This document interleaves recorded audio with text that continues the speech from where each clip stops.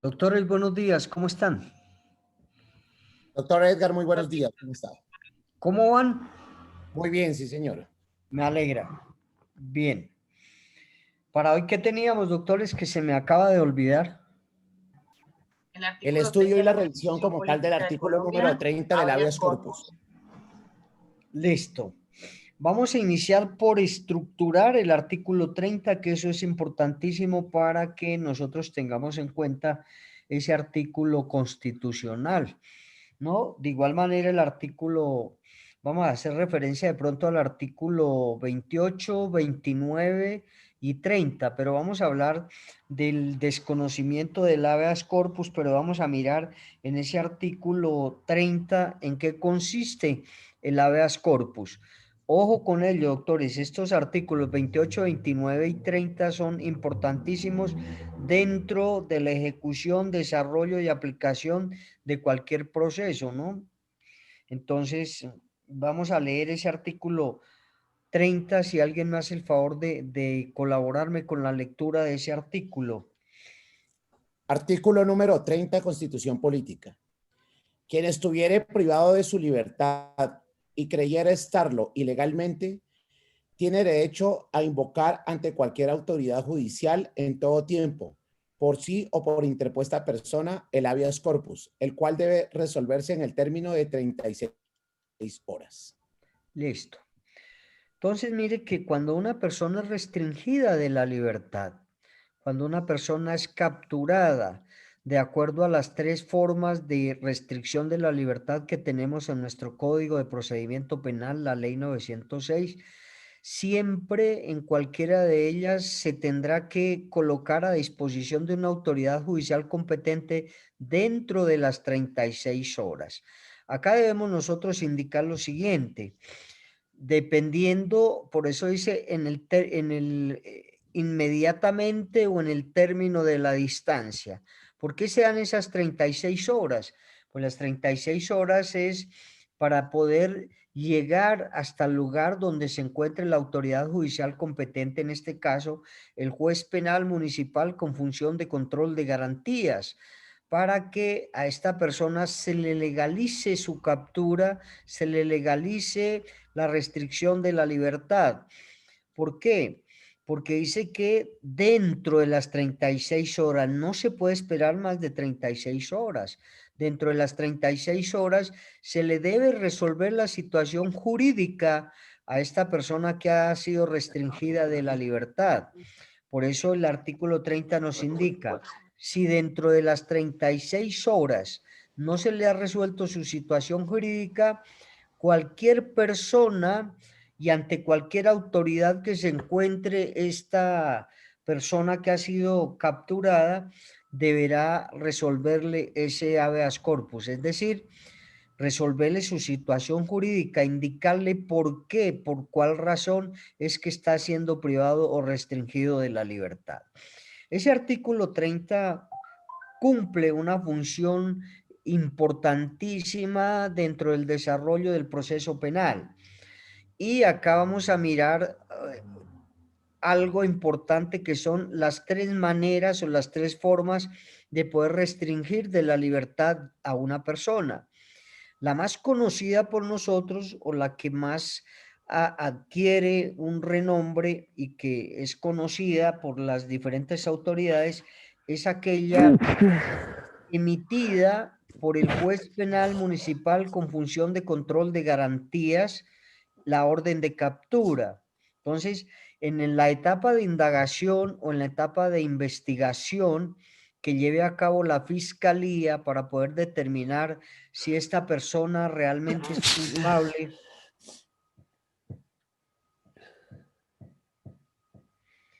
para determinar si esta persona realmente es culpable o responsable o es autor o partícipe de la comisión de una conducta punible. Entonces, después de que haga el ente acusador esta indagación y esta investigación, solicitará una audiencia al juez de control de garantías, pero esa audiencia no es contradictoria, es decir, que única y exclusivamente la Fiscalía General de la Nación solicitará esta audiencia al juez de control de garantías para indicarle los elementos materiales probatorios o evidencia física del posible delito, de la posible conducta punible que se haya cometido y del presunto autor o partícipe.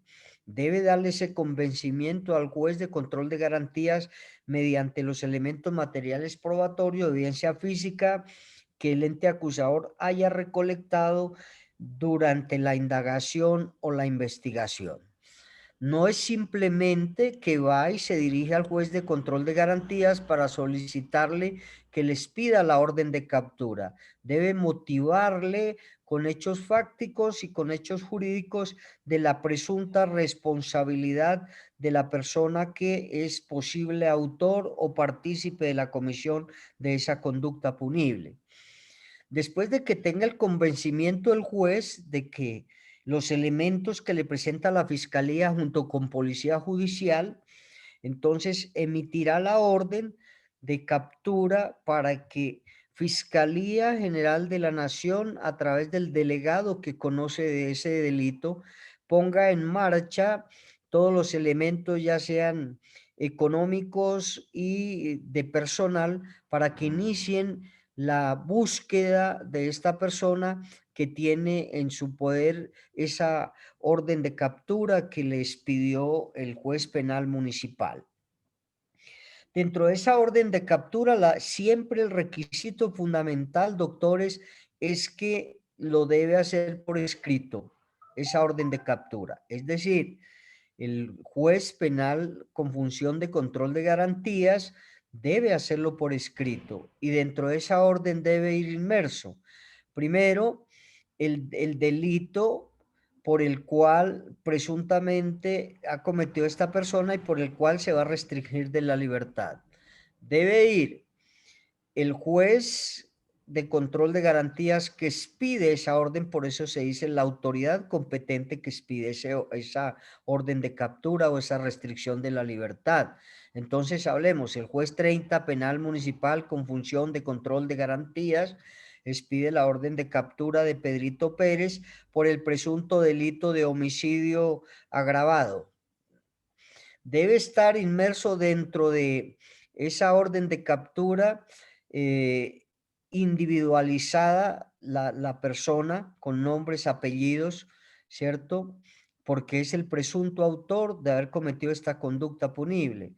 Debe ir la fecha, doctores, de expedición de esa orden de captura o de ese mandamiento de captura que hace el juez penal municipal con función de control de garantías.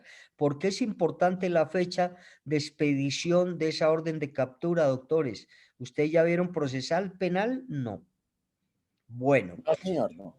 ¿por qué es Para la renovación de la orden de captura. Listo, doctor Carlos, muy bien. Entonces, recuerden que la orden de captura emitida por el juez se dará siempre por un año, siempre por un año. Es decir, por eso es importante, si se expide la orden de captura hoy 24 de noviembre del año 2020, pues tendrá su prescripción el 24 de noviembre del 2021, ¿cierto? Tiene un año para poder que la fiscalía a través de su policía judicial capturen a esta persona. Si se llega el día 24 de noviembre del 2021 y no se ha podido capturar a esta persona en ese lapso, entonces nuevamente la fiscalía tendrá que ir ante el juez de control de garantías para que se renueve esta orden de captura y se haga de igual manera por escrito como un requisito importantísimo para poder que se cumpla con esa captura o esa restricción de la libertad.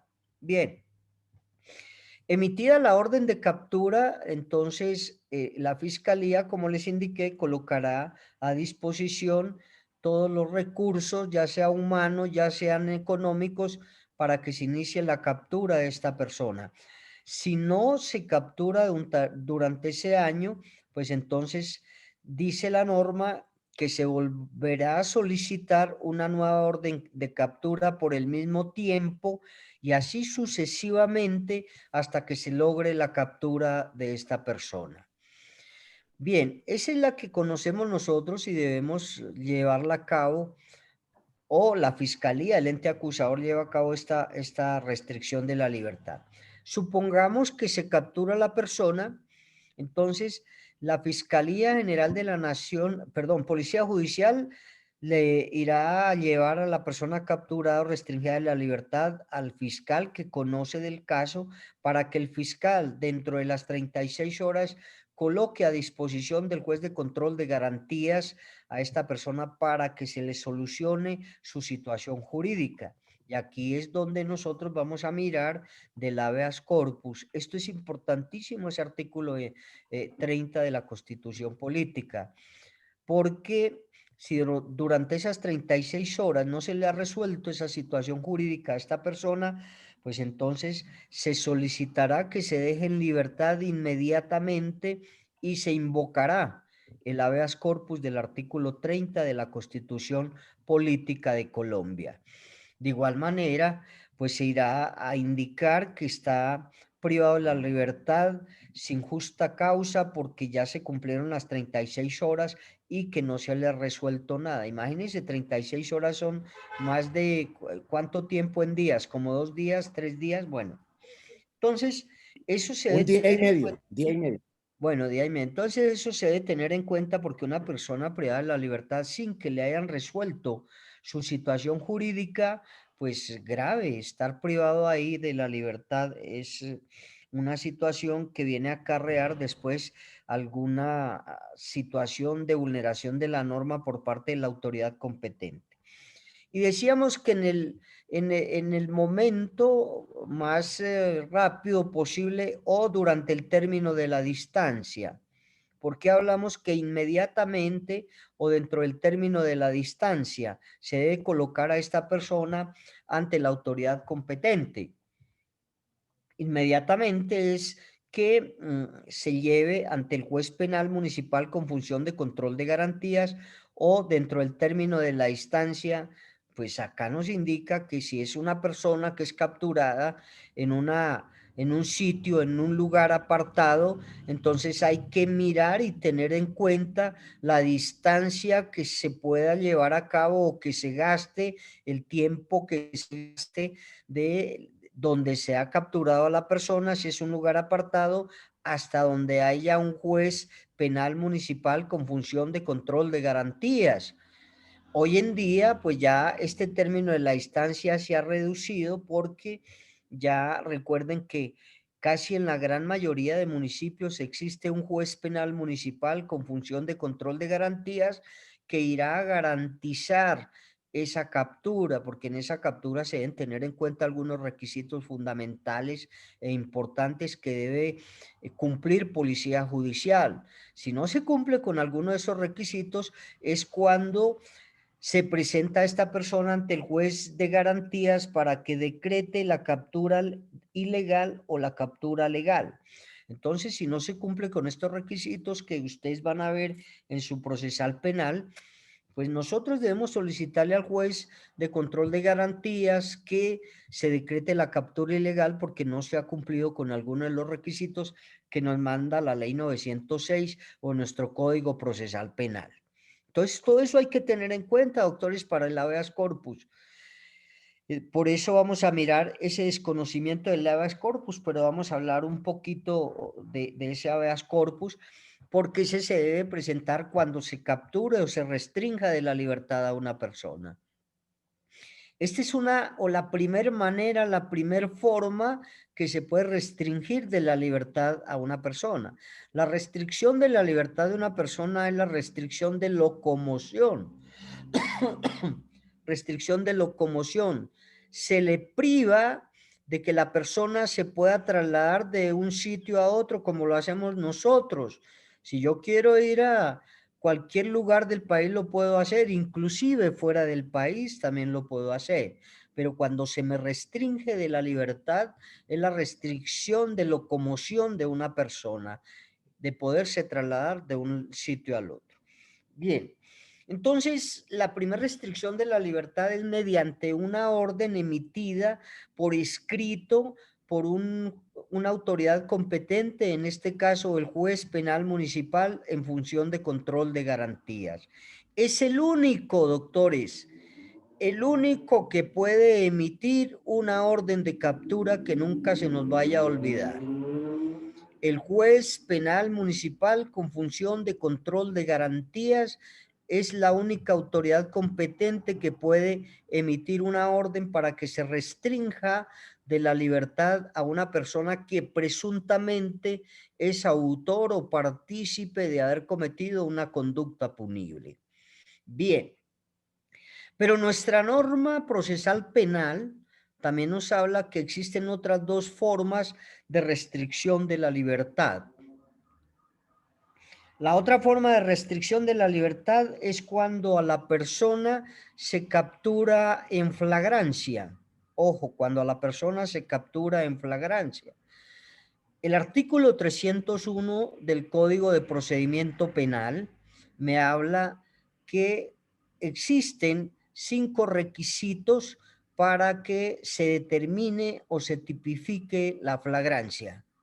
Y la flagrancia, uno de los requisitos es que se individualiza a la persona en el mismo momento en que está cometiendo la conducta punible, en el mismo sitio donde esta persona está cometiendo el hecho delictivo, se individualiza y se puede capturar en ese mismo momento.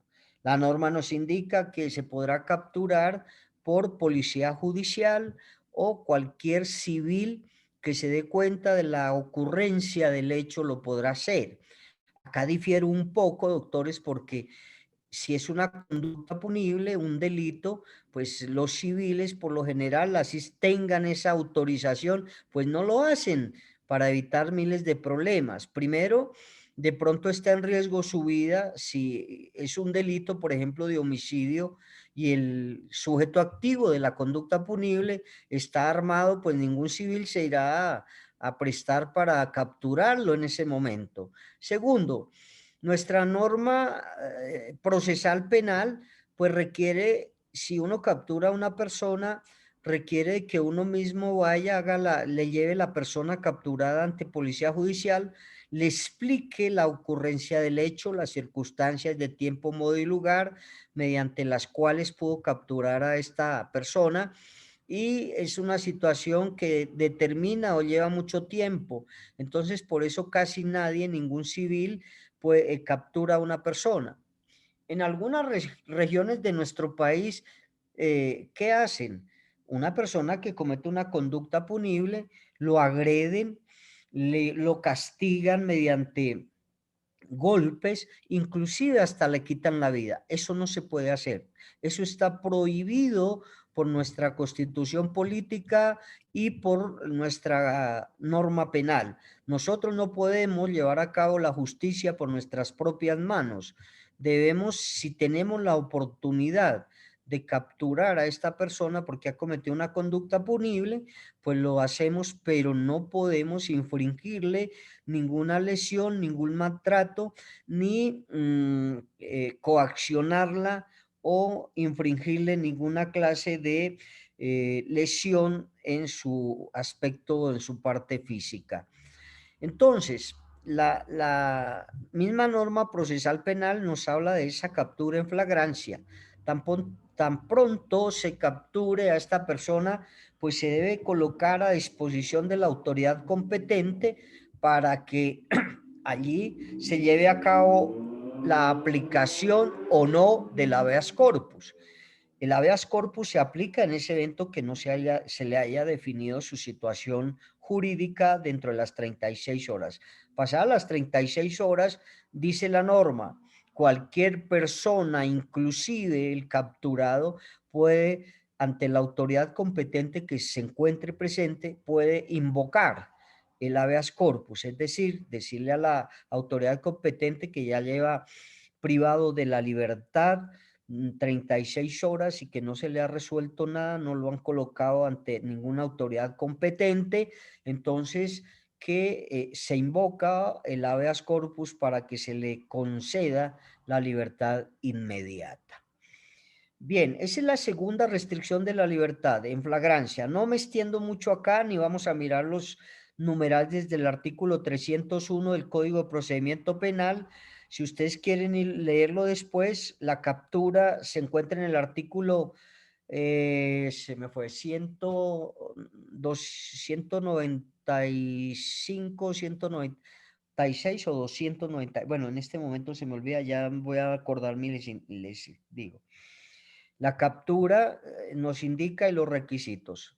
La tercera captura que está permitida por nuestra norma procesal penal es la captura excepcional. Así se denomina la captura excepcional. Y ojo, en un principio yo les indicaba que el juez penal con función de control de garantías es la única autoridad competente para emitir una orden de captura, ¿cierto? Pero si nos damos cuenta, en la captura en flagrancia no hay una autorización por parte del juez de control de garantías. Tengan presente esto, doctores. Lo que pasa es que la emitida por el juez de control de garantías es como la más común y la más general. Pero cuando una persona comete un delito en flagrancia, pues mire que no hay ninguna orden por parte del juez de control de garantías. Simplemente la persona, el civil, o si es el militar que lo capture porque se dio cuenta de la comisión de esa conducta punible y lo hizo en flagrancia de acuerdo a los 5 requisitos que están tipificados en ese artículo 301. En esta captura excepcional, doctores, del artículo 300 del Código de Procedimiento Penal, se encuentra la captura excepcional en el artículo 300 del Código de Procedimiento Penal, nuestra ley 906 del 2004. En esta captura excepcional, por eso se denomina, se indica que es excepcional, porque en esta captura lo puede hacer o lo hace el fiscal delegado o el fiscal que conozca de la ocurrencia del hecho.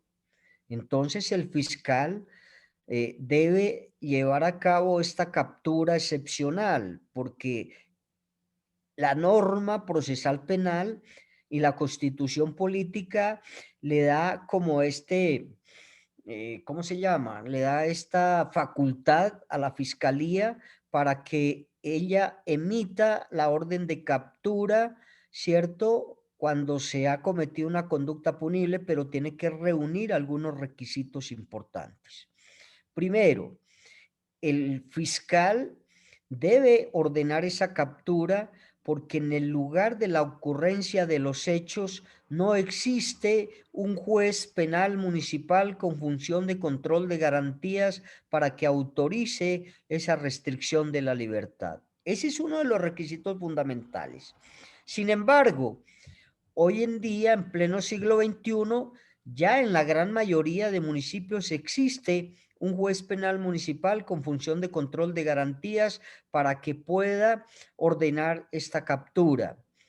Recuerden que en la cabecera municipal se encuentran ya muchos fiscales y jueces penales con función de control de garantías para que el juez emita esa orden de captura. Sin embargo, habrá en algunos lugares, en algunos sitios de Colombia donde todavía no existen.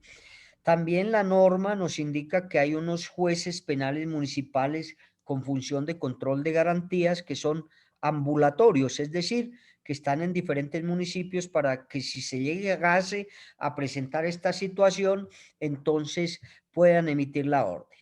Ese es como el primer requisito para que el fiscal pueda emitir esa captura. Segundo, el fiscal emitirá esa orden de captura porque de pronto, si no emite esa orden de captura en ese mismo instante, en ese mismo momento, la persona que no se captura puede restringir los requisitos subjetivos del artículo 308 del Código de Procedimiento Penal.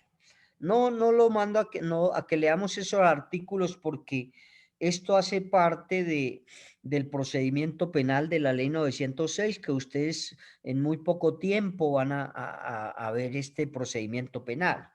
Pero entonces en el artículo 308 del Código de Procedimiento Penal, el fiscal puede argumentar que expidió la orden de captura porque primero que todo esta persona, si no se capturaba, podría ser un peligro para la sociedad, para la familia, para los testigos o para los integrantes del municipio, por ejemplo.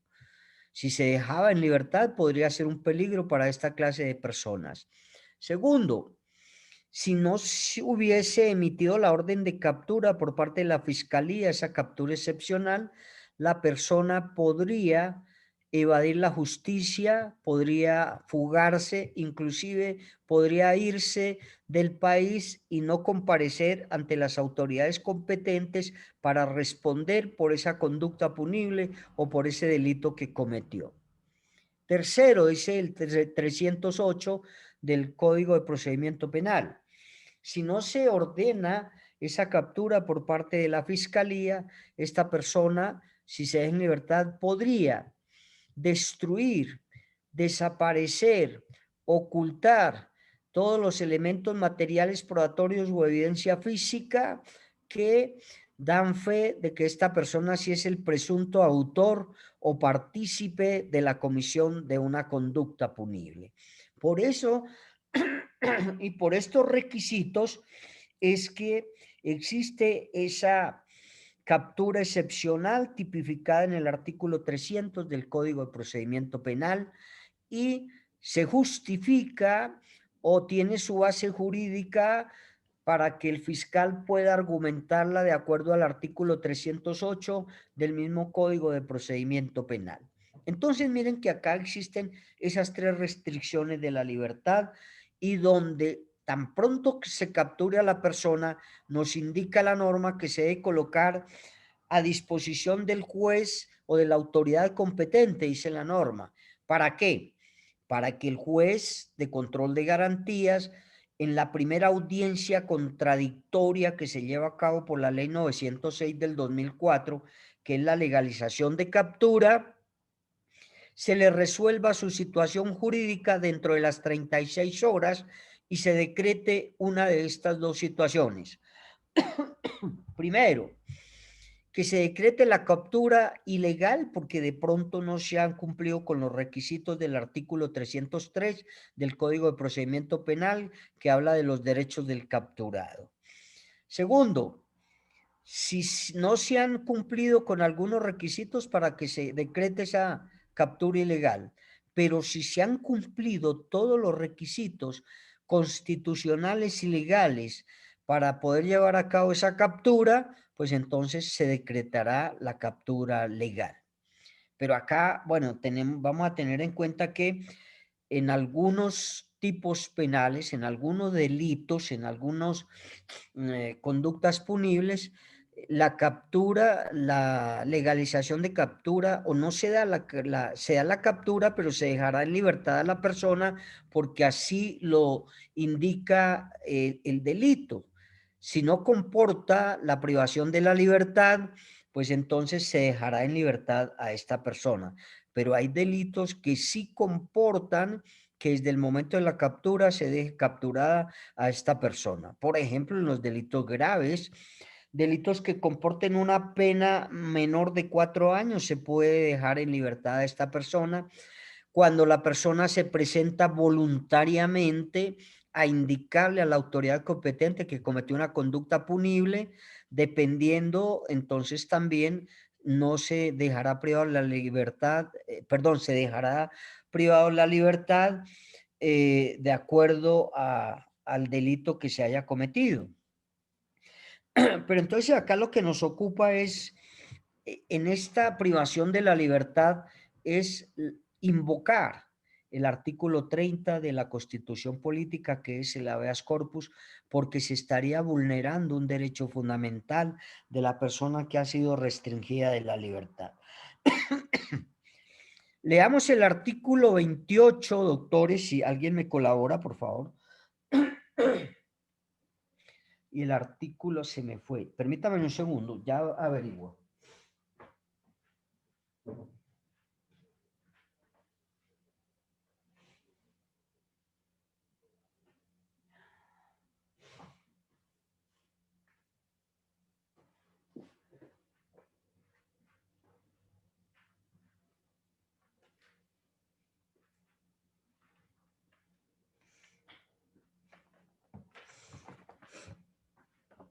Listo, el artículo 28 de la Constitución Política. ¿Quién me colabora, por favor? Si gusta, lo leo. Dale, doctor Javier. Toda persona es libre. Nadie puede ser molestado en su persona o familia, ni reducido a prisión o arresto, ni detenido, ni su domicilio registrado, sino en virtud de mandamiento escrito de autoridad judicial competente con las formalidades legales y por motivos previamente definidos en la ley. Listo.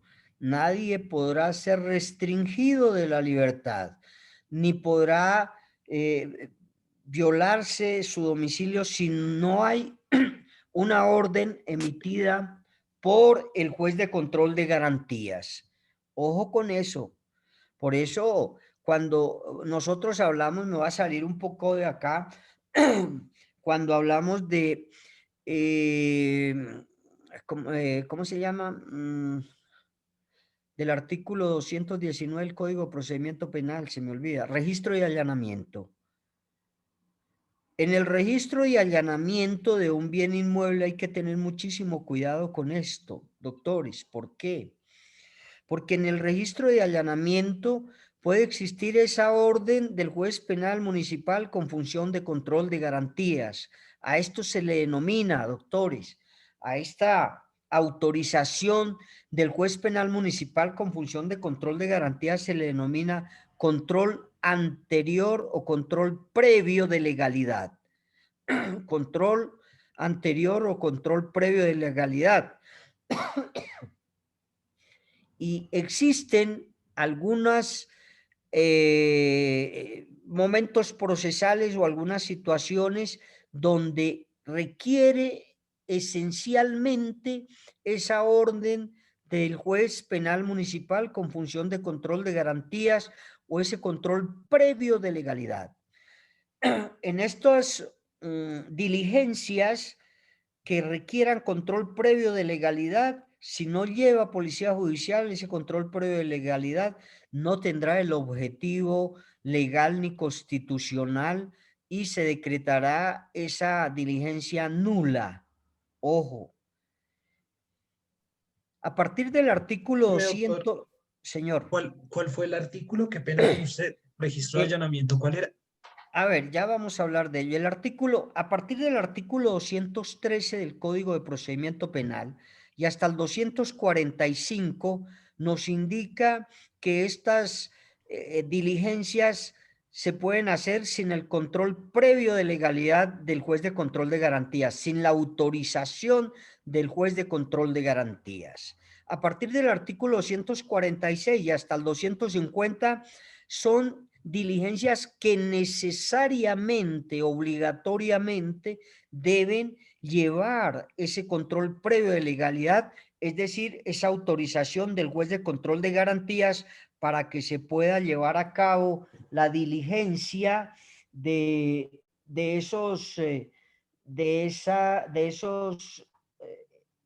lo que se está llevando a cabo. Entonces se necesita con urgencia que se lleve esa autorización del juez penal municipal con función de control de garantías. Entonces, a partir del 213 y hasta el 245 no requieren, todas las que están ahí tipificadas en nuestra ley 906, no requieren esa autorización. Y acá dentro de ellas vamos a hablar del artículo 219 que nos va a decir o los requisitos que se necesitan para poder registrar y allanar un bien inmueble. En el 219, doctor. Entonces, acá en el registro y allanamiento se van a dar las dos situaciones. Una, se necesita obligatoriamente control previo de legalidad o la autorización del juez de control de garantías cuando ese registro de allanamiento sea única y exclusivamente, ojo, única y exclusivamente para la captura de una persona que se encuentre dentro de ese bien inmueble. Recuerden que anteriormente les decía que se necesita para restringir de la libertad la autorización emitida por la autoridad competente y que debe ser por escrito la orden de captura. Entonces, sí, se tiene en cuenta o se sabe que dentro de ese bien inmueble habita o tiene el domicilio, tiene su residencia, una persona que ha cometido una conducta punible, se necesita que el fiscal vaya ante el juez de control de garantías y autorice la restricción de esa libertad de ese señor que se va a capturar dentro del domicilio. Bien, ¿sí ven? Segundo, no requiere, ojo, no requiere control previo de legalidad. Es decir, no necesita de la autorización del juez de control de garantías, policía judicial, cuando el registro de allanamiento se haga única y exclusivamente para obtener elementos materiales probatorios o evidencia física. Ojo con ello, no requiere. ¿Por qué? Porque mientras va Fiscalía a solicitarle al juez de control de garantías para indicarle que dentro de ese bien inmueble hay elementos materiales probatorios que certifican la posible responsabilidad, autoría o participación de una persona, pues los pueden destruir, los pueden echar por el baño, los pueden ocultar, los pueden esconder, etcétera, etcétera. Entonces miren que es lógico esta situación del control previo de legalidad o de no control previo de legalidad en algunas diligencias o en algunos momentos procesales por parte del juez de control de garantías. Como les indicaba, pues esto es situación de procesal penal. Ahí a partir del artículo 213 del Código de Procedimiento Penal o la Ley 906 del 2004 les indican que inspección del lugar de los hechos, por ejemplo, el 213, inspección de cadáver, el 214, etcétera, etcétera, y hasta el 245, estas diligencias o estos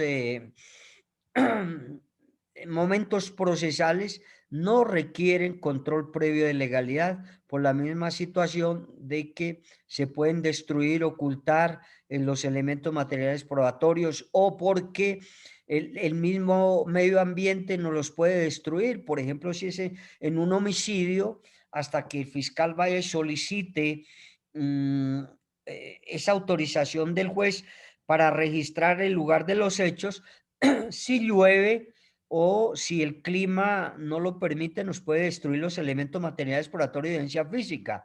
Si se van a recoger, por ejemplo, pelos, cabellos, fluidos corporales, cualquiera de esa situación, el mismo ambiente nos puede destruir estos elementos materiales probatorios de evidencia física y entonces por eso no requerirá esa autorización del juez de control de garantías.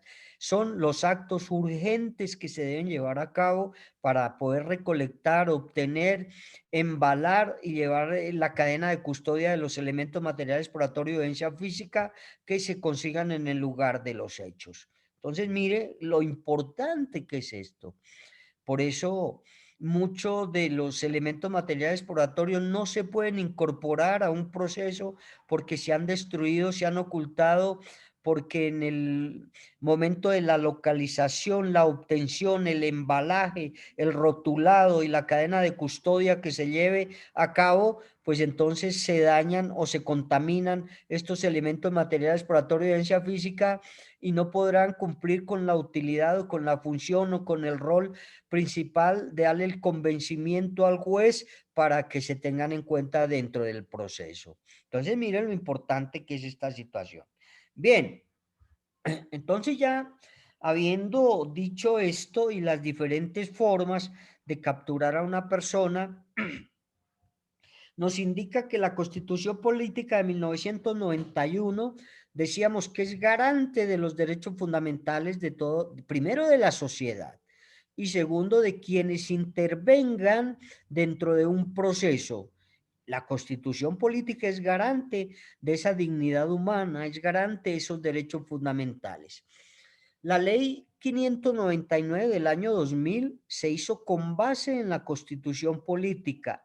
Por eso se habla, doctores, de esas normas y principios rectores que están tipificados en el título 1 del Código Penal. El procedimiento penal o la ley 906 del 2004 se hizo, mire, mucho después, y de igual manera es garante de estos derechos fundamentales de la sociedad y de las personas que intervengan en un proceso. Por eso también se habla en sus primeros artículos de la ley 906 de de principios o normas o garantías procesales. Garantías procesales. Ahí en la ley 509, perdón, en la ley 906 del 2004 tenemos 27 garantías procesales. El número 26 nos habla de la supremacía de estas normas o garantías procesales. Muchos abogados se fundamentan, tienen su base en estas garantías para poder llevar a cabo y desarrollar un proceso de la mejor manera posible. Y entonces la Constitución de 1991, en su artículo 30, en su artículo 28, en su artículo 29, consagra esto como un derecho fundamental, doctores. Como derecho fundamental, el habeas corpus, y es el mecanismo de protección del derecho esencial a la libertad. Recuerden que una persona privada de la libertad, doctores, siempre la comparo como el artículo 11 constitucional, que es la muerte de una persona, la muerte en vida de una persona, por muchos factores que ahorita no vamos a detenernos. Por ejemplo, por el hacinamiento, por la vulneración de derechos fundamentales dentro de un centro de reclusión. Entonces, acá es ese derecho fundamental de protección que se tiene de la libertad. Se trata de un instrumento, el habeas corpus, se trata de un instrumento al que puede acceder toda persona para defender su derecho, para defender ese derecho que está protegido por la Constitución política, ese derecho de locomoción. Y entonces mire que el Estado, a través de la Constitución política, a través de nuestra norma penal y a través de nuestra norma procedimental penal, que está tipificado en el artículo 295, 296 y 297, me habla de esta restricción de la libertad y los requisitos que se deben tener en cuenta para poder restringir de la libertad a una persona. Creo que el artículo 32 de la Constitución política también me habla de esa restricción de la libertad. ¿Sí? Me dice que cuando una persona sea perseguida por la policía judicial, se refugiare en un domicilio ajeno al de él, deberá policía judicial para ingresar a ese domicilio tener el permiso del dueño, del arrendador de ese bien inmueble. Si no hay ese permiso, no podrá policía judicial ingresar a restringirle la libertad.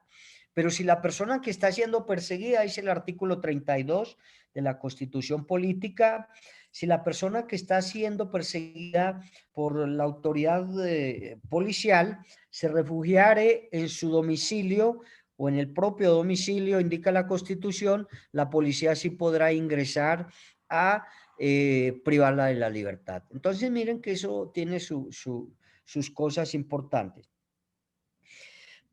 Bien, entonces la carta o nuestra norma superior o la ley por su naturaleza, perdón, por su jerarquía, en ese contexto del derecho penal constitucional puede interponer este habeas corpus ante cualquier autoridad judicial y debe ser resuelta máximo dentro de las 36 horas, según lo leído por el doctor Javier, el artículo 30 de la Constitución política. El artículo 30 fue reglamentado últimamente por la ley 1095 del 2006. ¿Qué señala esta ley 1095 del 2006, doctores? ¿O a qué hace referencia? La ley 1095 del 2006. A la reglamentación del habeas corpus. Reglamentación del habeas corpus, pero también la 1095 nos dice que de acuerdo a las situaciones de complejidad, porque no se había entendido muy bien la aplicación del habeas corpus, entonces se da esta reglamentación de ese habeas corpus. Y dice que son competentes para resolver, ojo, para resolver esas solicitudes de, ¿cómo se llama? De imposición, hablemos así, del habeas corpus, todos los jueces y tribunales de la rama judicial del poder público. Entonces, reglamenta eso, dice que son competentes para resolver la solicitud de habeas corpus todos los jueces y tribunales de la rama judicial del poder público. ¿Por qué? Porque es tan importante la restricción de la libertad de una persona que si no se resuelve, y por eso en el artículo 28, 30, perdón, dice: cualquier autoridad competente que se encuentre en ese momento podrá resolver el habeas corpus, porque es importantísimo. Bien, dice que cuando se interponga ante una corporación, se tendrá a cada uno de sus integrantes como juez individual para resolver las acciones de habeas corpus. Esto quiere decir que cuando exista una concurrencia de varias personas que supuestamente han cometido una conducta punible, entonces para poder resolver con agilidad, con celeridad este habeas corpus, las que estén ahí, todas las autoridades competentes y que puedan llevar a cabo la solución del habeas corpus, lo podrán hacer para no incurrir en alguna situación de no resolverle esa situación jurídica dentro de las 36 horas que nos indica el artículo 30 de nuestra norma penal. Bien, entonces esto es más o menos lo que yo les puedo contar del habeas corpus, y vamos a mirar que si el juez al que le hubiera sido otorgado, o al juez esa acción o ese objetivo de la situación de habeas corpus, y hubiera conocido con antelación sobre la actuación judicial que le habían solicitado sobre el habeas corpus, deberá declararse en algún momento impedido si suceden algunos de los requisitos que la misma norma nos está indicando, ¿cierto? Si el juez, por ejemplo, está en alguna audiencia que esté realizando, que esté llevando a cabo, se encuentre en eso, pero debe certificarlo, entonces deberá declararse impedido para resolver sobre este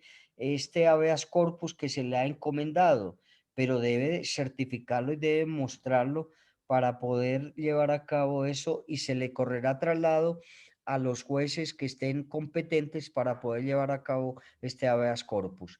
Doctor Javier o Xavier. Sí, Javier. Doctor, tengo una inquietud. Una vez que el juez ha producido su auto interlocutorio, ¿ese auto se puede recursar? ¿Del habeas corpus? Sí, claro, correcto. Ojo, doctor, recuerde que la restricción de la libertad, si no, el juez no lo resuelve dentro de eso, primero que todo se podrá interponer. Segundo, recuerden que si se tiene retenida a una persona, se estaría tipificando otra conducta punible, porque la norma nos indica fácilmente, se está reteniendo contra su voluntad a esta persona. Si se han cumplido las 36 horas y no le ha resuelto el juez, entonces se podrá interponer el habeas corpus, y segundo, el juez, por eso se cuidan en salud, se estaría tipificando otra conducta punible. Ahora bien, recuerden que tan pronto se le resuelva la situación jurídica a esta persona, inmediatamente después será el llevar a cabo la legalización de captura como primera audiencia contradictoria del procedimiento penal. Entonces, se le resuelve su situación y de una vez se solicita al juez penal municipal con función de control de garantías para que se lleve a cabo la audiencia de legalización de captura, y acá es donde nosotros debemos tener en cuenta si legalmente se le respetaron los derechos fundamentales a mi cliente o no, y debemos confiar en el cliente que nos diga la verdad de qué manera se llevó a cabo la restricción de la libertad, porque si se vulneró algún derecho fundamental, si a esta persona se le trató con palabras oesis, o si se le maltrató físicamente, pues ya se debe indicarle o solicitarle al juez que se decrete ilegal la captura. Entonces, si hay un pronunciamiento por parte del juez, pues entonces acá se irá a llevar a cabo la audiencia de legalización de captura. Bien. Eso es lo que había indagado y había investigado. Como yo les había indicado que ustedes también debían llevar a cabo una indagación, un estudio, una investigación sobre el habeas corpus, entonces quiero saber quién indagó, quién investigó. Buenos días. ¿Con quién hablo? Ah, perfecto, pero hágame un favor, don Horacio, ¿será que me puede llamar después de las 12? Porque en este momento me encuentro en clase, ¿vale? No se... Ah, Lázaro, ¿este es su número o yo lo llamo? Bueno, ok. No, con todo gusto. Bueno, que esté muy bien, adiós. Bueno, chao. Doctores, su intervención. Doctora Claudia me va a preguntar, doctor Javier. Entonces, doctora Claudia, Doctor, buenos días. buenos días. Pues yo investigué un poco sobre por qué se utiliza el habeas corpus, ¿no? Sí. Entonces, ¿qué es el fundamento detrás del recurso del habeas corpus? Que en la mayoría de las constituciones se establece para que la pena condenar de una persona deba ser en algunas condiciones, ¿no? Entre estas condiciones se encuentra la existencia, pues, de un juicio en el que haya existido un órgano de acusación, pero que también un defensor que apoya al acusado y además brinde efectiva y sustancial, pues, una asistencia en lo debido que para que su declaración deba ser oída por la justicia y que esto entonces pueda como producirse una sentencia que además deba estar fundamentada bajo la ley. Y en definitiva, pues lo que yo estuve leyendo es que la acción misma del habeas corpus se corresponde a una interpretación de la acción judicial bajo la cual las sanciones de las personas, o puede ser incluso cuando se trate de delitos graves o de gravedad, deban tener un efecto rectificador y puede ser de reinserción en la sociedad. Ese es como el fundamento, ¿no? De lo que yo estuve leyendo. Listo. Doctora Anela y después doctor Javier.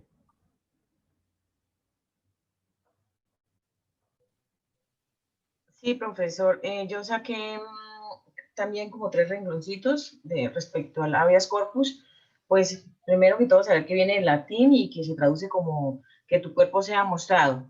Y el concepto de habeas corpus identifica al derecho que posee todo ciudadano que se encuentra detenido y a la espera de comparecer de manera inmediata y pública ante un tribunal o una autoridad, o sea, los jueces. Al oír el testimonio del detenido, determinan si el arresto es legal o ilegal, que era lo mismo que su merced nos manifestaba, doctor González. El habeas corpus, por lo tanto, constituye una institución de orden jurídico que busca evitar los arrestos arbitrarios, injustos y que garantiza la libertad personal del individuo. El recurso suele emplearse para impedir abusos por parte de las autoridades, lo que se nos decía, que no se puede capturar a una persona, tenerla capturada, maltratarla, ya que obliga a dar a conocer la situación del detenido ante el juez. Eso es lo que tengo, doctor. Gracias. Doctor Javier y después doctor Alejandro.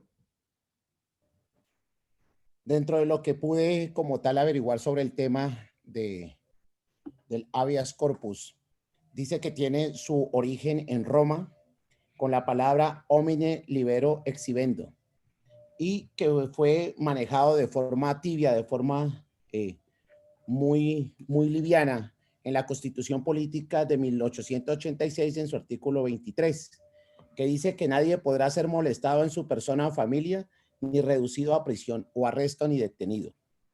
Y que posteriormente, en el año de 1991, para la Constitución de la época, fue manejado como un derecho fundamental y una acción constitucional. Y de la misma, como tal,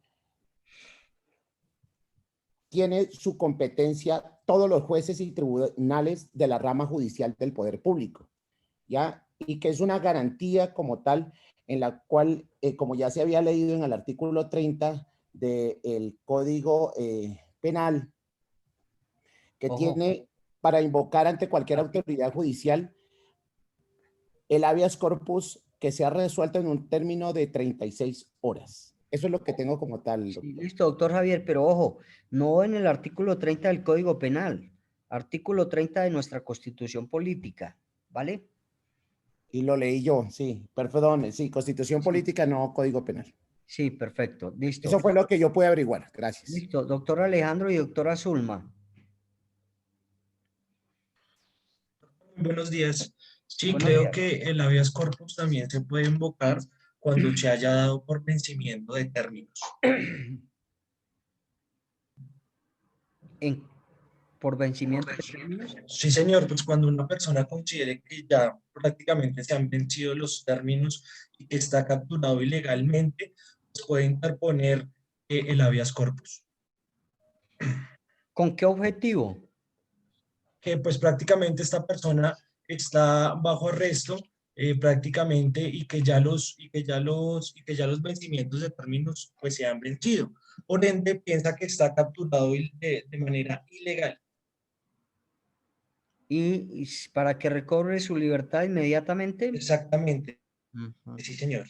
Doctora Zulma. Buen día, doctor. Buen día, compañeros. Buenos días. Leyendo un poquito también encontré cuándo es improcedente el habeas corpus. Dice que la Sala Penal de la Corte Suprema tiene 4 factores importantes donde no aplicaría, y es cuando el objetivo es sustituir los procedimientos judiciales comunes en los que deben formularse las peticiones de libertad. Esa sería la primera. La segunda, cuando se requiere reemplazar recursos ordinarios de reposición y apelación usados para impugnar las decisiones vinculadas al derecho a la libertad. La tercera, cuando se usa como un intento de desplazar a un funcionario judicial que ha sido competente. Y la cuarta, cuando la intención es obtener una opinión diversa, diferente a la autoridad competente para resolver el proceso. Ahí hace la aclaración, que es decir, cuando se usa como una instancia adicional. Parece pues como interesante. Bueno, entonces eso es lo que hay mucho. Es que yo no puedo levantar la manito, pero pues quería como intervenir. Camilo, dale, Camilo. Sí, señor. Bueno, profe, según lo que pues yo encontré acerca de la habeas corpus, bueno, que es un derecho que se invoca ante la autoridad judicial, es la forma de tutelar la libertad personal ante la violación de las garantías legales o institucionales. Que dicha acción se puede solicitar una sola vez y que tiene como fin proteger el derecho fundamental a la libertad, cuando éste ha sido de forma arbitraria privado por alguna autoridad del Estado. Entonces quiere decir que cuando, digamos, se captura a alguna persona de manera ilegítima o ilegal, entonces ahí se está violando el derecho a la libertad de la persona y es lo que fundamenta el habeas corpus.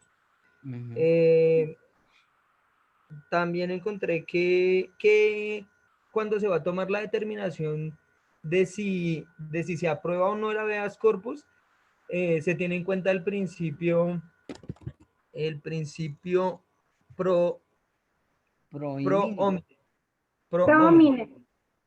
que tiene que ver con la dignidad humana, que se determina según lo que sea más favorable para la dignidad humana de la persona que está siendo en ese momento como imputada del delito, que ha sido capturada. Que pues está reglamentado por la ley 1095 del 2006, en la cual se establece que es un derecho fundamental y que puede ser resuelto por cualquier juez o tribunal. Fue como básicamente lo que encontré en términos generales. Bien. Entonces, como ya conocemos de lo que es el habeas corpus, Yo tenía la mano levantada. a ver, Nata. Y yo también. Uy, bueno, doctor Ricardo. Bueno, dale, doctora Natalia, después doctor Ricardo. Bueno, yo encontré que, por ejemplo, eso responde a un principio en este momento, no me acuerdo qué principio, ya le digo cuál es. Por ejemplo, lo encontré en una sentencia del 2006, ya le digo cuál es el nombre específico. Y por ejemplo, en esa sentencia dice que la acción puede ser invocada en cualquier tiempo mientras que la violación persiste. Por ejemplo, también decía que si en ese caso la actuación no puede ser no se suspenda o aplace por interposición de días festivos o de vacancia judicial. Entonces, según lo que yo leí, y en ese lugar, en ese despacho donde se encuentra el expediente de esa persona y no está abierto al público, los términos de la actuación se suspenden y se vuelven como a reiniciar en la primera hora o día hábil, pues donde se da atención al público. Y pues ahí establece cuáles son los requisitos para que usted pueda interponer el habeas corpus. Entonces, para que usted pueda hacer la petición, debe tener el nombre de la persona en cuyo favor se instaura la acción, las razones por las cuales se considera que la privación de su libertad es ilegal o arbitraria, la fecha y lugar donde se encuentra la persona privada de la libertad, si se conoce el nombre de la persona que ha ordenado la privación de la libertad, pues lo debe ubicar, el nombre, documento de identidad y lugar de residencia del solicitante y una afirmación bajo la gravedad de juramento. ¿Cómo hace esa persona si esa persona está pues, privado de la libertad de manera ilegal, entre comillas, para hacer eso bajo la gravedad de juramento? O sea, necesita autenticarse, sencillamente con escribirla y entregársela al abogado ya es válida. Aló. Pues, ojo, es que mire, cuando se restringe la libertad a una persona, por lo general, como les explicaba del artículo 296 y 297 del Código de Procedimiento Penal, pues recuerden que debe reunir esa orden que expidió el juez de control de garantías, debe expedirla con algunos requisitos, yo les indicaba. El juez que expide la orden de captura debe estar ahí, juez 30 penal municipal con función de control de garantías, ejemplo. Entonces, cuando se vaya a solicitar el habeas corpus, pues se tiene conocimiento cuál juez fue el que lo restringió de la libertad. Y otros requisitos que deben estar tipificados, plasmados dentro de esa orden de captura, para que después de que sea capturado mediante esa orden, pues la persona, si ve que se le está vulnerando el derecho de restricción de la libertad o que ha pasado más de las 36 horas, pues esta persona pueda comunicar, dice, a la autoridad competente que se encuentre en ese momento. Entonces, si una persona es capturada y llevada a cualquier URI y está allí más de 36 horas, ahí están las autoridades competentes a las cuales se les puede solicitar, porque se tiene en cuenta la hora de captura, el día, y también en la captura recuerde que uno de los requisitos es que Policía Judicial pues le va a preguntar el nombre cuando lleve a cabo el formato de arraigo, que es importantísimo. Cuando ustedes vean la ley 906, el formato de arraigo es importantísimo para, primero, la legalización de captura, y segundo, el formato de arraigo es importante cuando se vaya a imponer la medida de aseguramiento preventiva en centro carcelario domiciliario, porque en ese formato debe ir estipulado nombres, apellidos de la persona que está siendo capturada, Segundo, identificación e individualización, porque ya después de que se capture, se puede identificar y se puede individualizar. ¿Qué diferencia hay entre individualización e identificación, doctores? Individualización es, no sé si sea así, pero es como darle a la persona, como juzgarlo por la conducta punible que cometió. ¿Sí? ¿Quién más conoce? ¿Qué diferencia hay entre individualización e identificación? Individualización es el conocimiento pleno de todos los datos de ley de la persona que comete una conducta punible.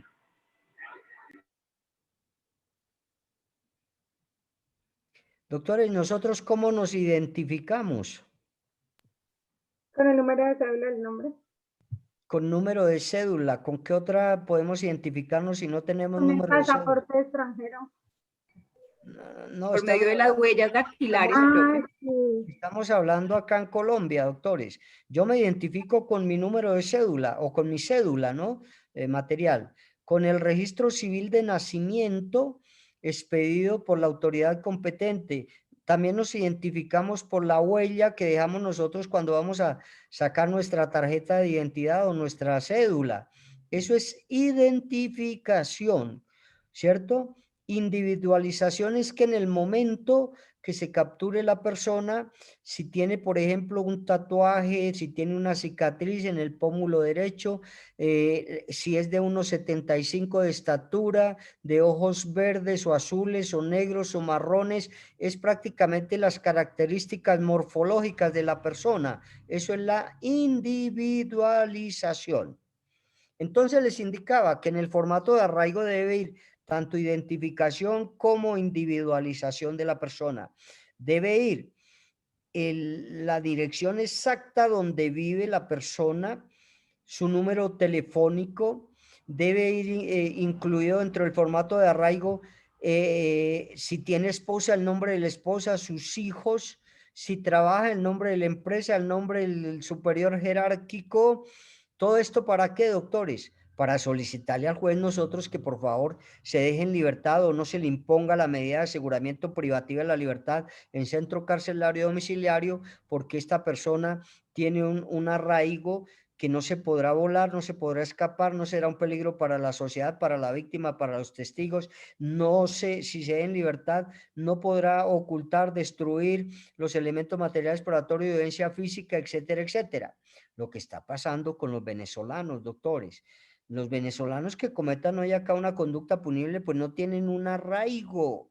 Y entonces yo le solicito al juez que por favor me lo deje privado de la libertad y me le decrete la captura legal, porque no tienen un formato de arraigo. Si el juez, su señoría, me lo deja en libertad, pues se puede ir para su país, se puede volar, puede no asistir a las notificaciones o comunicaciones de presentarse ante la justicia. Entonces todo esto es importante y todo debe ir acá, estos datos, para en el momento debe ir indicada la hora que se capturó a la persona para tener y determinar desde las 9 de la mañana del día tal hasta las 9 de la mañana del día cuando se cumplan las 36 horas para poder solicitar ese habeas corpus.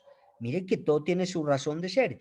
Y en materia penal, como en otras ramas del derecho, pues hay unos términos legales que se deben cumplir, ¿cierto? Entonces, este término, si fue capturado a las 9 de la mañana del día de ayer, entonces se contarán las 36 horas y cuando se cumplan las 36 horas, exactamente, si no se le ha resuelto esa situación jurídica, pues entonces se irá a solicitar, dice que cualquier persona que tenga conocimiento de que se le está vulnerando ese derecho fundamental y ante cualquier autoridad competente que se encuentre en ese momento podrá solicitar el habeas corpus. Y este habeas corpus es importantísimo, doctor, porque si el juez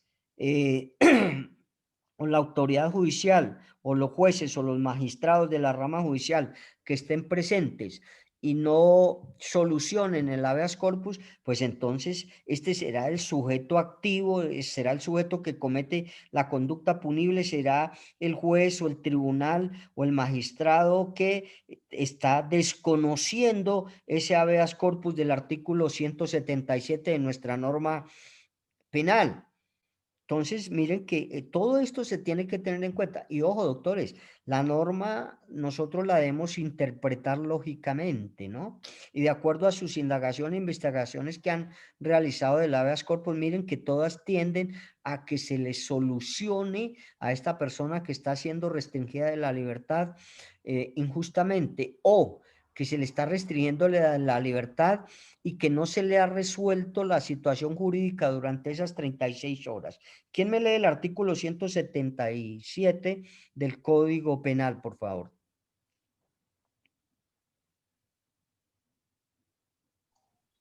Doctor, buenos días. Dice, el juez que no tramite o decida dentro de los términos legales una petición de habeas corpus o por cualquier medio obstaculice su tramitación, incurrirá en prisión de 32 a 90 meses y pérdida del empleo o cargo público.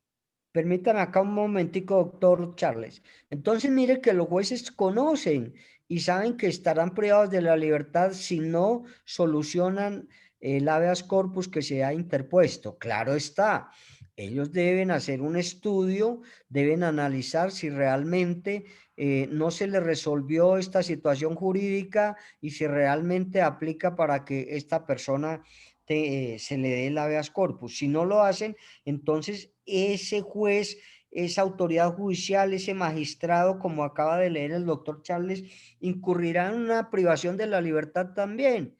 Mire que cuando sean jueces deben también mirar esas situaciones que lo puedan llevar a que se tipifique una conducta punible. Continuemos, doctor Charles. Doctor, no, en lo que acabo de bajar solamente tengo ese texto, artículo 177, desconocimiento del habeas corpus. Desconocimiento, listo, así se denomina. Y esa pequeña definición. Desconocimiento del habeas corpus. Y entonces, ya como hemos hablado en qué consiste, cuál es el objetivo, toda esa situación, las diferentes sentencias que ustedes me han indicado, vamos a hacer la estructuración de ese tipo penal, teniendo en cuenta primero, con esta... Doctor. Señor. Es que no me dio la palabra. Ah, bueno, dale, Ricardo, qué pena. Qué pena hoy, porque no acostumbro a intervenir así. No, dale, no, tranquilo. y es que también, digamos, entendiendo el habeas corpus, que no solo se da cuando la captura es de manera fraudulenta, sino que también se puede invocar una vez haya cumplido la pena el condenado, ¿sí? Y uno haya liberado la boleta de la libertad, esa es una de las herramientas que tienen los condenados para recobrar su libertad. Sí, hay jueces que no, cuando tienen la orden de libertad no la dan en el mismo momento, ¿no? Entonces, acá se está reteniendo indebidamente a la persona que ya cumplió, que ya pagó por un daño que cometió. Bien. El bien jurídicamente tutelado protegido en este caso, ¿cuál será? La libertad. La libertad individual, ¿cierto? Sujeto activo de la conducta punible. Pues la persona que está privada de la libertad y por eso... ¿Procesado? Sujeto activo. ¿Quién comete la conducta punible? Por eso el doctor leyó el desconocimiento del habeas corpus. Ojo, ¿quién comete la conducta punible? Cuando esa autoridad competente no solucione el habeas corpus que le ha sido solicitado. Entonces, el sujeto activo de la conducta punible dice, la autoridad judicial, todos los jueces y magistrados de la rama judicial, cualquier autoridad competente que no solucione ese habeas corpus, vendrá a ser ese sujeto activo de la conducta punible. ¿Qué clase de sujeto activo es? Calificado. Determinado o calificado. Determinado. ¿El sujeto pasivo quién es? el condenado, obviamente, a quien se le vulneró el derecho. El procesado no alcanza a ser El condenado. condenado no alcanza a ser. Claro que es condenado también, porque es la última parte. Ojo, la persona privada de la libertad que interpone directamente o por interpuesta persona el derecho de habeas corpus cuando no le asiste o cuando le asiste mejor la razón. El privado de la libertad, ¿vale? El objeto jurídico tutelado. La libertad no. La libertad, doctor Alejandro. Recuerden que el bien o el objeto jurídicamente tutelado es lo que está siendo protegido por el Estado, por nuestra Constitución política. En este caso, pues viene a ser la libertad de esa persona. Bien, ¿cuál será el objeto material?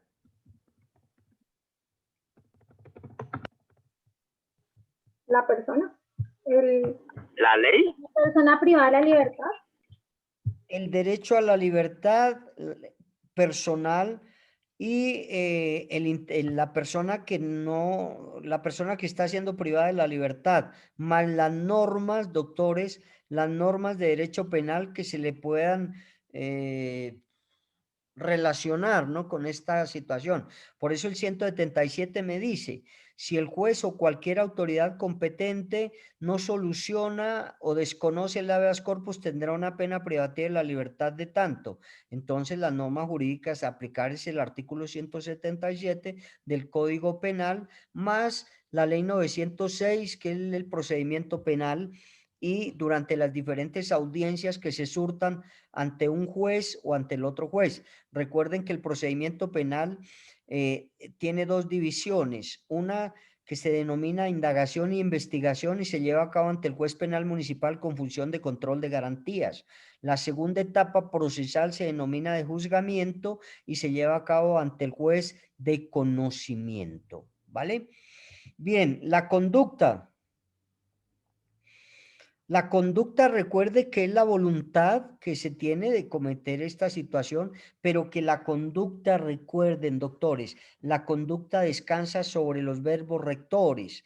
Entonces, acá hay que mirar, dirigirnos nuevamente al artículo 177 y mirar cuántos verbos rectores hay o si hay uno solo. Entonces, dice que la conducta se puede ejecutar de manera alternativa cuando hay varios verbos rectores.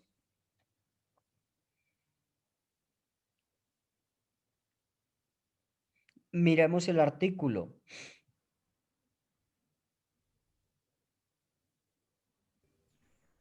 Dijo el artículo 177, ¿ese es el desconocimiento de habeas corpus? Sí, señor. Gracias. Lo volvemos a leer. Sí, leámoslo para hacer la estructuración de este delito que cometen las autoridades judiciales. Entonces, decíamos que la conducta siempre es la voluntad o radica, o la base fundamental de la conducta es la voluntad. Pero también decimos que la conducta descansa sobre uno o varios verbos rectores. Entonces, miremos si acá en ese artículo 177 podemos determinar si hay uno o varios verbos rectores. Doctor, yo alcanzo a ver dos verbos rectores, no sé si estaré mal. Bueno, pero leámoslo, doctor, si es tan amable, ¿me ayuda? El juez que no tramite o decida dentro de los términos legales una petición de habeas corpus o por cualquier medio obstaculice su tramitación, incurrirá en prisión de 2 a 5 años, hoy 32 meses a 90 meses y pérdida del empleo o cargo público. Entonces, mire la sanción tan grave que se le da, doctores, cuando ustedes sean jueces, ojo, magistrados de las altas cortes o pilas con esa situación. Entonces, la conducta puede ser o se puede ejecutar en este caso alternativamente. Primero, no tramitar la petición de habeas corpus dentro de los términos establecidos por la ley. Tramitar, ¿cierto? Entonces, primer verbo rector, no tramitar. No decidir la solicitud impetrada dentro del plazo establecido también por nuestra norma constitucional y penal. Entonces, acá, decidir. Y más adelante nos indica obstaculizar de cualquier manera el trámite que debe dársele al petitum o a la petición del habeas corpus. O sea que en este caso la conducta descansa sobre 3 verbos rectores: no tramitar, no decidir y obstaculizar. Bien, la culpabilidad. Recuerden que en la gran mayoría de conductas punibles hablamos que la culpa se puede dar por dolo. En este caso, ¿será que se da por dolo o por omisión? O no sé, ustedes me dirán. Por omisión. Entonces, por ser una conducta homicida, homicida no, sino omisiva. Yo dije que homicida, no. Omisiva solo puede ser atribuida a título de dolo. Porque si conoce y no lo hace, no lo tramita, no le da solución y obstaculiza, pues entonces será, como es una conducta o es un tipo penal de mera conducta, excluye la tentativa.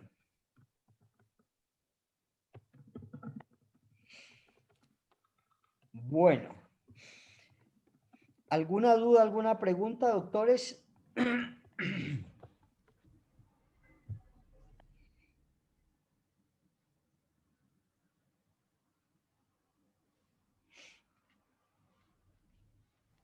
Está claro.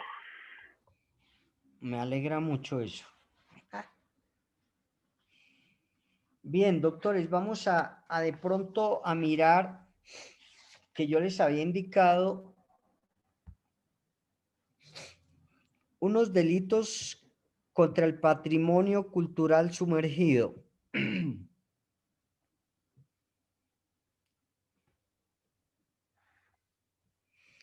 Esto ha sido una incorporación o una relación que se ha llevado a cabo en nuestra norma penal últimamente. Y como novedad en la legislación penal se destacan los delitos contra el patrimonio cultural sumergido.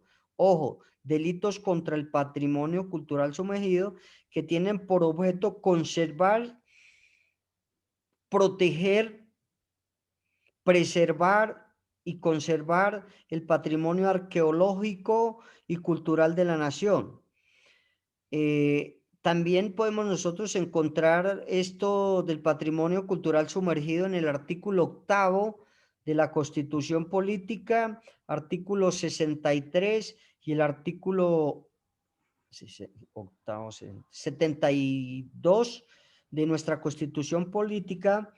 Bajo encontramos estos, o se dan acá en estos artículos que este patrimonio cultural sumergido son bienes inalienables, son bienes imprescriptibles y son bienes inembargables. Entonces, se incorpora a nuestra norma penal o se relaciona a nuestra norma penal con la ley 1675 del año 2013 y acá se deja el conocimiento de estos o este patrimonio cultural sumergido cuando por su naturaleza, por su identidad nacional, cuando estos bienes descubiertos por hundimientos, naufragios, hayan cumplido como mínimo 100 años de haber estado hundidos durante este tiempo, ¿cierto? Entonces hayan cumplido como mínimo 100 años a partir de la ocurrencia de un determinado suceso, de acuerdo con las convenciones de la protección del patrimonio cultural sumergido de los diferentes países. Nosotros tuvimos acá un ejemplo y que tuvimos una desaveniencia o un problema con España por un patrimonio cultural sumergido de un barco que se hundió, pero que el hecho ocurrido, acaecido, estaba más cerca a las costas colombianas. ¿De qué barco estamos hablando? A mí se me olvida. El Galeón San José. Del Galeón San José. Entonces esto viene a ser un patrimonio cultural sumergido y que estábamos como en esa reyerta, en ese problema de que a quién pertenecía este patrimonio cultural sumergido, si a España o le correspondía a Colombia por los hechos o haber ocurrido los hechos más cerca a nuestro país. Dice que se debe tener en cuenta que cumplan más de 100 años después de acaecido o después de ocurrido el hecho, ¿no? Entonces, esa es un requisito, una perspectiva histórica que se debe tener en cuenta para poder proteger ese patrimonio cultural sumergido. En Colombia, por medio del decreto 1698 del 2014, se busca dar cumplimiento, se busca dar esa protección a estos recursos, y en cuanto a que se puedan llevar a cabo su explotación o su intervención o su aprovechamiento económico, su conservación y curaduría de ese patrimonio cultural sumergido.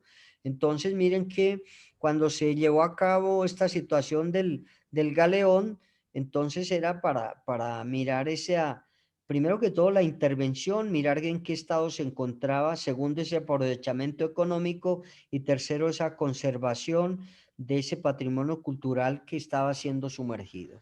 Entonces,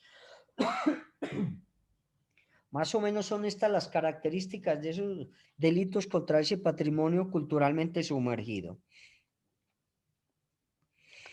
Y entonces acá, ¿cuál vendría a ser el objeto jurídico protegido? Leamos el artículo, a ver, colabórenme, creo que es el artículo 269, que nos habla de esos delitos contra el patrimonio cultural sumergido. Vamos a leerlos para poder hacer la estructuración. Artículo 269, raya 1. Ah, el 1, raya 1. Perfecto, doctor Javier. Delitos contra el patrimonio cultural sumergido.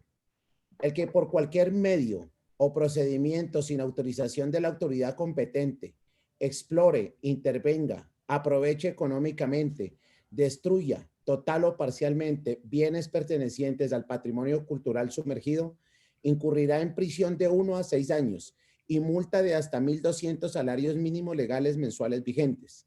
En iguales penas incurrirá quien por cualquier medio compre o venda los bienes que conforman el patrimonio cultural sumergido.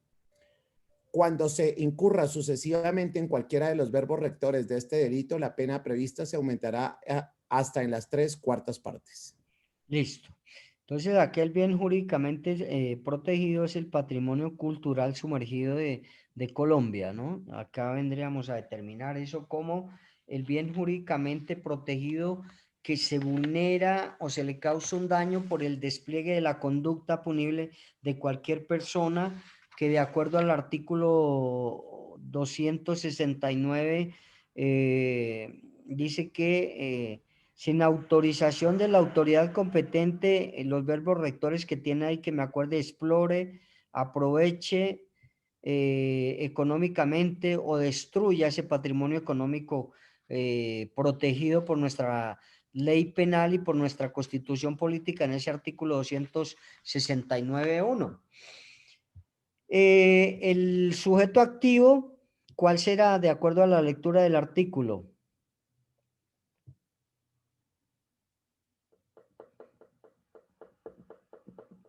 ¿Cuál será el sujeto activo? ¿El patrimonio cultural? No, el sujeto activo, sujeto activo. Es decir, quien comete la conducta punible contra este patrimonio cultural sumergido.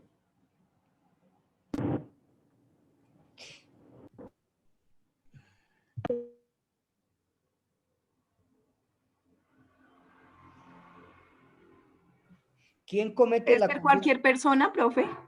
El que cualquier persona, doctores, ojo, es el sujeto activo, en razón a que el legislador no exige ninguna condición en particular. Entonces dice él que cualquier persona puede cometer esa conducta punible.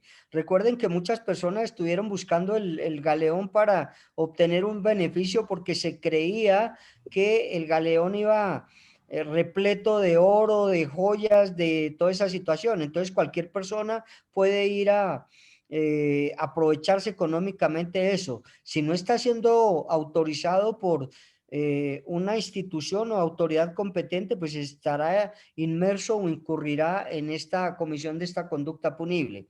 El sujeto pasivo, ¿cuál será, doctores? Si sabemos que son patrimonio cultural, el Estado. Porque son bienes públicos.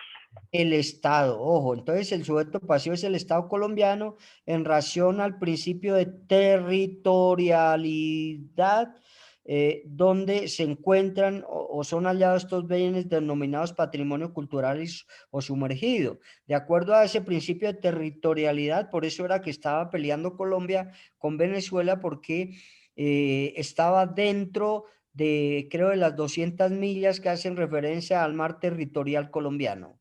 ¿Sí ven? El objeto jurídico.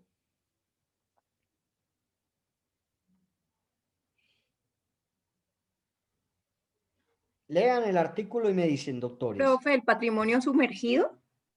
Entonces, la protección, la preservación, la recuperación, la intervención de ese patrimonio cultural sumergido, claro. Y de igual manera, pues las normas que se van a aplicar allá, que es el artículo 269.1, más las normas de procedimiento penal cuando se, mediante el despliegue de esa conducta punible de cualquier persona, se vulnere, se lesione, exista un aprovechamiento económico o alguna destrucción de ese patrimonio sumergido. Bien, el objeto material pues viene a ser sobre quien se causa ese daño de conformidad con el artículo 2º o 3º de la ley 1675, y entonces acá se vendrá a presentar ese objeto material sobre la destrucción, aprovechamiento de ese patrimonio cultural sumergido. Acá nos indican que se deben tener en cuenta algunas situaciones importantes. Hundimiento nos explica que eso viene a ser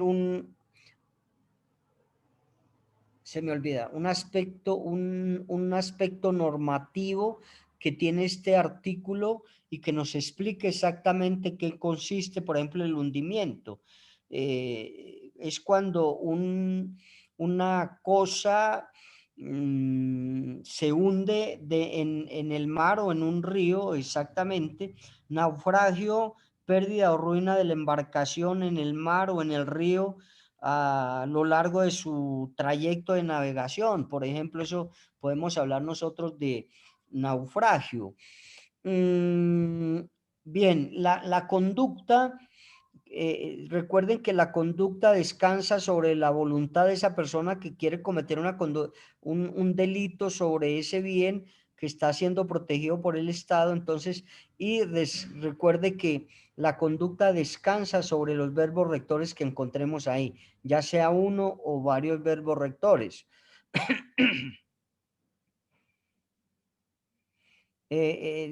Ahí creo que nos habla de exploración, intervención, aprovechamiento, compra, venta, bueno, o sea que tiene varios verbos rectores, serán verbos rectores compuestos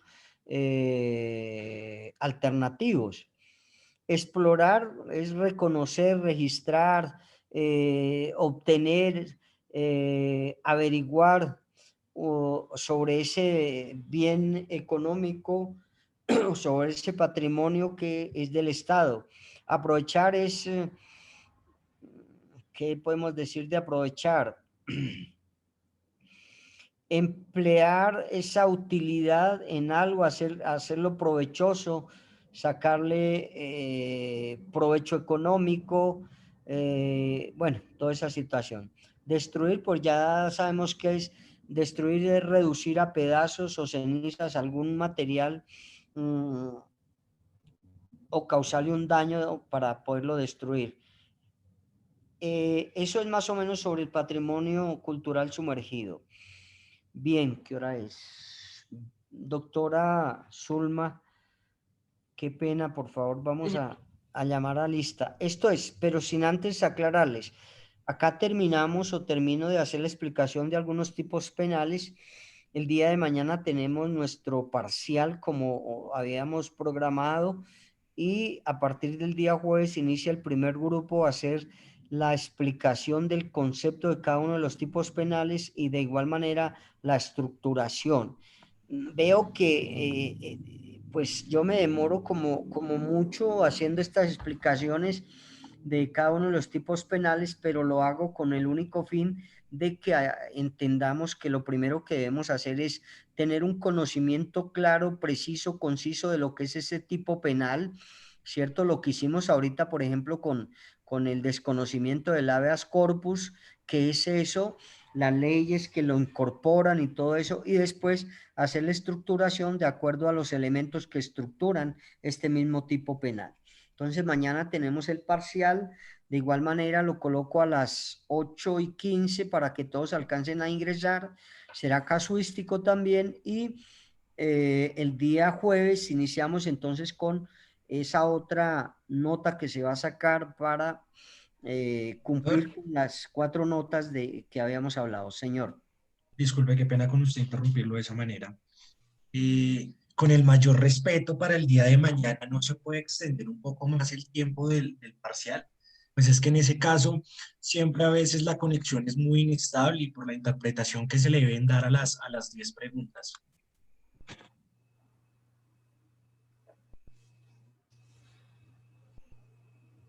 ¿Y ese tiempo de cuánto más sería? El que usted considere, doctor. ¿Qué tiempo les di en la clase, en el parcial pasado?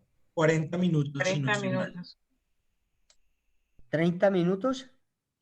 No, yo les di como 40. 40 minutos. Ojo, doctores, a ver, la situación es que, bueno, yo no tengo ningún inconveniente. La situación es que por normas generales y por decreto se dice que máximo de 3 minutos por cada pregunta. Ya cuando se da un caso, por ejemplo, de 2 páginas o como hago en algunas otras instituciones que coloco un caso real de 2 páginas o de una hoja o de más, la lectura de un caso de esos sí nos lleva a nosotros mucho tiempo. Además, para cada pregunta nosotros debemos nuevamente dirigirnos a leer el caso. Sin embargo, yo considero que 40 minutos es bien para 10 preguntas, no sé. Les daría, y eso ya es mucho, 45 minutos, doctores, porque es que, a ver, yo siempre he estado en contra de la virtualidad por muchas cosas. ¿Qué días un magistrado de Cali hablaba que la virtualidad se presenta dentro de la ley 906 del 2004 sobre todo en la audiencia de juicio oral, para que uno esté ahí con el testigo y el testigo está detrás del computador y uno le indica qué debe decir o uno está detrás del computador y le escribe lo que debe decir el testigo. Esto se ha presentado para todas esas situaciones. Acá yo no generalizo nunca, doctores, y la buena fe se presume de todas las personas. La mala es la que tengo yo que probar. Pero, doctores, esto se da para que nosotros, si no hemos estudiado, vayamos a Google, investiguemos, vayamos al código. Bueno, tenemos todas las herramientas. Los que tenemos esposas o esposos abogados, para que el esposo o la esposa abogado nos indiquen.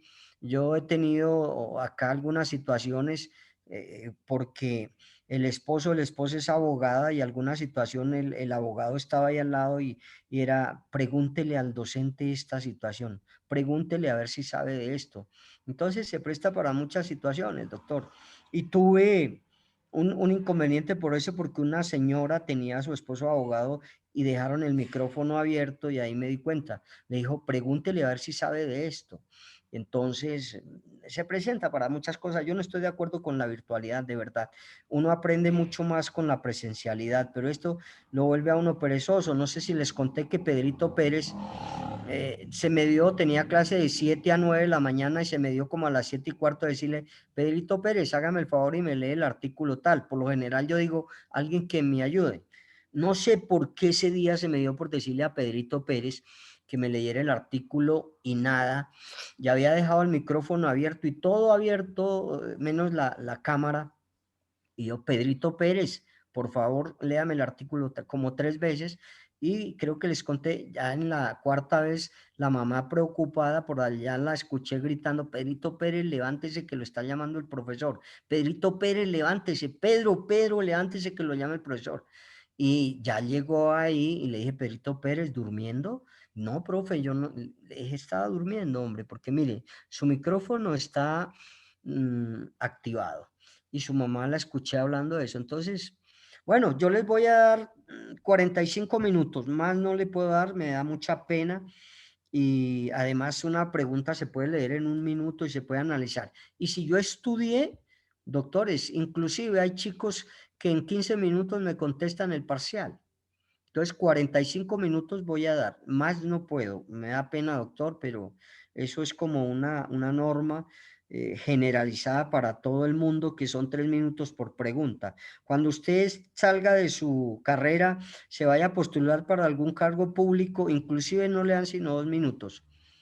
Entonces, 45 minutos, doctores. Listo, doctora Zulma, ¿me puede hacer el gran favor de nuestro trabajo de asistencia? Yo tengo acá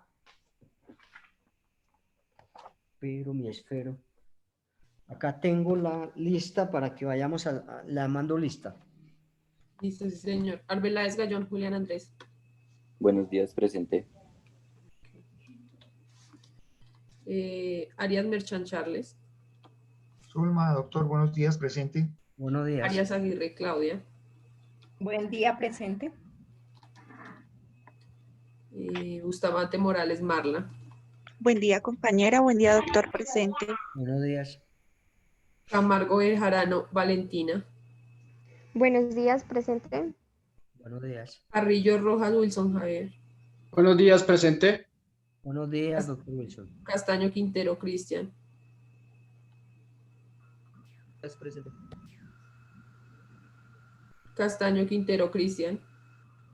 Buenos días, presente. ¿Me escuchas? Sí, ya. Sí, ya.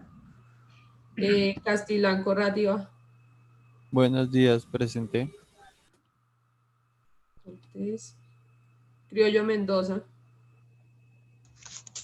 Buenos días, presente. Cueto Jonathan. Presente, buenos días. Donoso Ramírez. Presente, buenos días. Buenos días. Duarte Niño. Buenos días a todos, presente. Buenos días. Gansa Soy Fajardo. Buenos días, presente. García Campos está escribiendo por el chat. No tiene audio. Ahí está. García Muñoz Kelly. Buenos días, Presente, buenos días. Buenos días.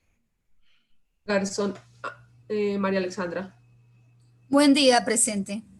Buen día. González Monroy Daniel. Buenos días para todos, presente. Garzón Maya, digo, Granados Maya. Perdón. Buenos días, presente.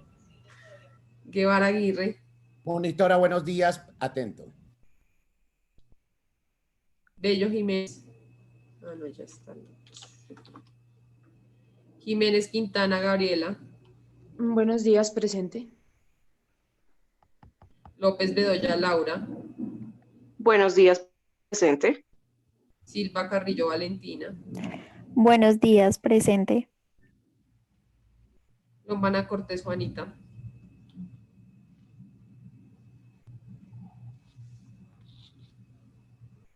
Lombana Cortés Juanita. Peña Camargo. Buenos días, presente. Álvarez Contreras. Marinela. Buenos días, Zulma, qué pena, no se me activó el micrófono. Buenos días, presente. Hernández Plaza, José Andrés. Hernández Plaza, José Andrés. Presente, Zulma. Y es Andrés José. Ruiz Duarte Kevin. En la foto. Buenos días, presente. Okay. Martínez Monsalve Astrid. Buenos días, presente.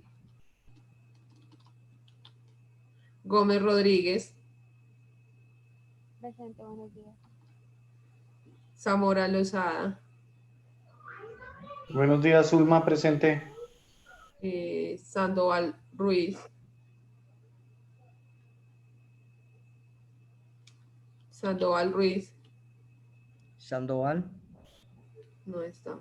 No está. Erazo Puentes. Buenos días, Zulma, presente. Inson García.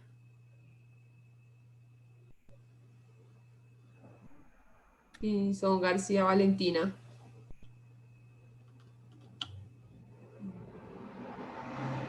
Osa Montoya Marisol.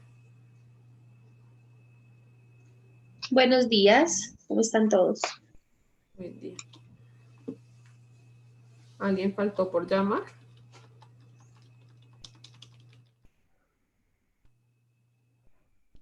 Perfecto, doctor, parece que ya todos. Bueno, listo. Listados. Bien, bueno, doctores, por el día de hoy terminamos. Vamos a dejar estos 12 minuticos y nos vemos el día de mañana. Les habilito la plataforma a partir de las 8:15 y irá entonces hasta las 9 de la mañana para la situación del parcial. El día jueves ya iniciamos con la socialización, estructuración de los tipos penales que les dejé. De acuerdo al tiempo que se gaste el día jueves, determinamos si nos alcanza para estructurar todos los 10 tipos penales de cada grupo. Lo veo casi imposible, pero vamos a mirar. De todas maneras, todos los grupos tienen que participar, así sea con 5 tipos penales su estructuración, y si alcanzamos con los 10, mucho mejor. Con esto reafirmamos nuestra clase de los delitos en particular y reafirmamos para que ustedes continúen con su otra materia, no sé si el año entrante. Entonces, muchas gracias, buen día, cuídense mucho, nos vemos el día de mañana. Doctor, discúlpeme una pregunta. Gracias. Señora. Es decir, que vamos a fraccionar el tiempo que nos queda de las sesiones para proporcionalmente exponer los grupos. Yo creo, vamos a mirar, porque si yo me gasto casi una hora en 2 tipos penales, entonces depende también. Vamos a ser muy concretos, a hablar muy poco. Lo que pasa es que me extiendo yo en cada uno de los conceptos de los tipos penales, me he extendido mucho, pero es que es importante que nosotros sepamos qué es cada delito, en qué consiste, para después entrar a hacer la estructuración. Sin embargo, mi consejo es que lo hagamos lo más corto posible.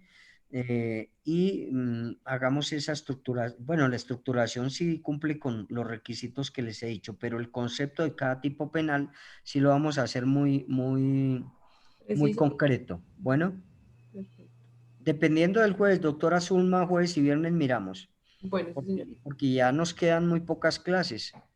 Recuerden que las clases que nos quedan a partir del jueves también -1, porque es el parcial final. Entonces también es -1 clase. Entonces hoy estamos en la sesión 11, mañana sería la sesión. Mañana es la sesión 12, ¿no?